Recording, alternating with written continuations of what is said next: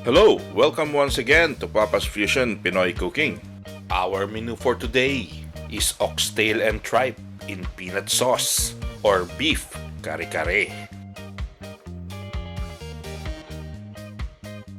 If you are new to this channel and you have passion for cooking, please subscribe and hit the notification bell. We will give you the best Filipino and fusion recipes that you can easily cook at home and serve to your family and friends. Okay, let's start cooking! Here are our ingredients.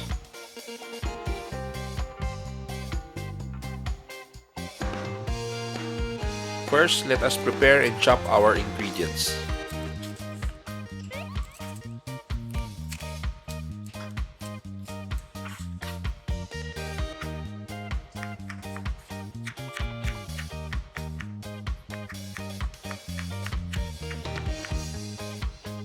Kare Kare is a Philippine stew complemented with thick savory peanut sauce. It is made from variation base of stewed oxtail, ox tripe, pork hocks, beef meat or seafoods. The stew is flavored with ground roasted peanuts or peanut butter, onions, garlic, and it is colored with annatto. Vegetables which include eggplant, peck chye, long beans, and other greens are usually added. Condiments and other flavorings are added also. It is often eaten with shrimp paste or bagoong. Traditionally, any fiesta is not complete without kare kare.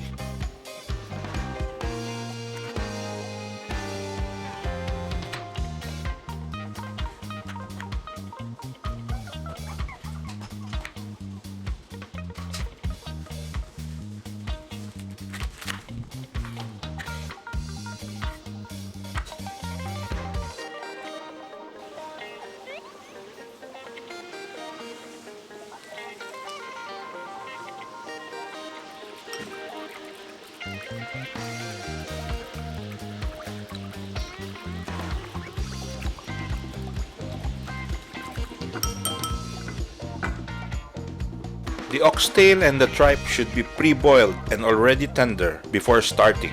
Saute the garlics and the onions until the garlics are golden brown and the onions are translucent.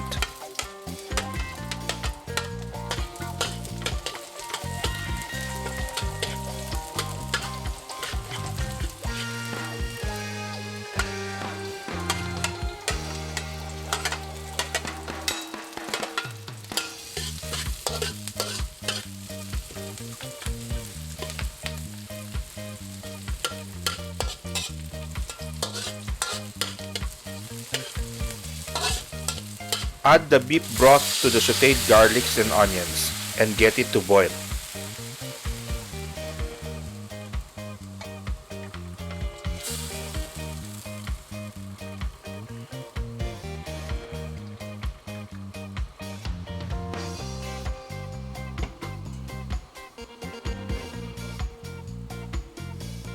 Dissolve 1 cup of peanut butter into the boiling beef broth, then add the annatto for added color.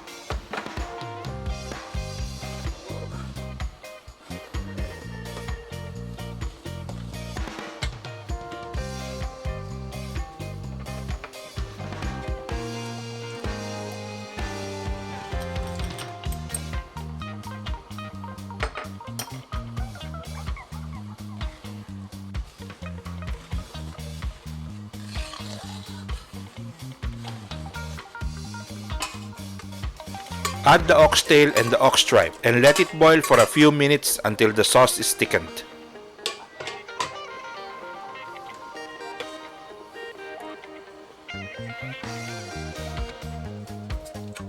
While waiting, we will pre-cook our vegetable ingredients.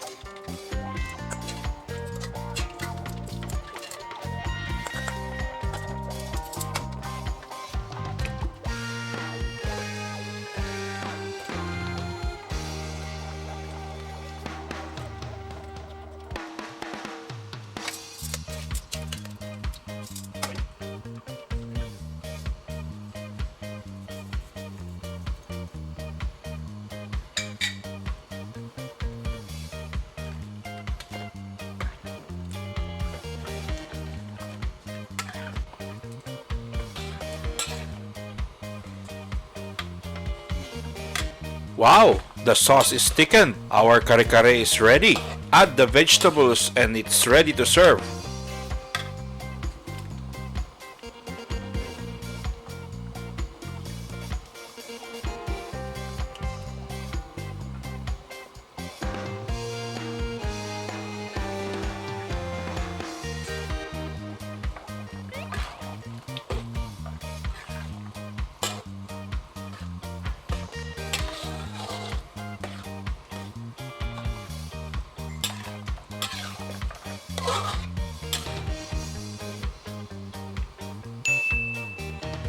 Presenting Papa's Fusion's Oxtail and Tripe in peanut sauce or beef kare kare.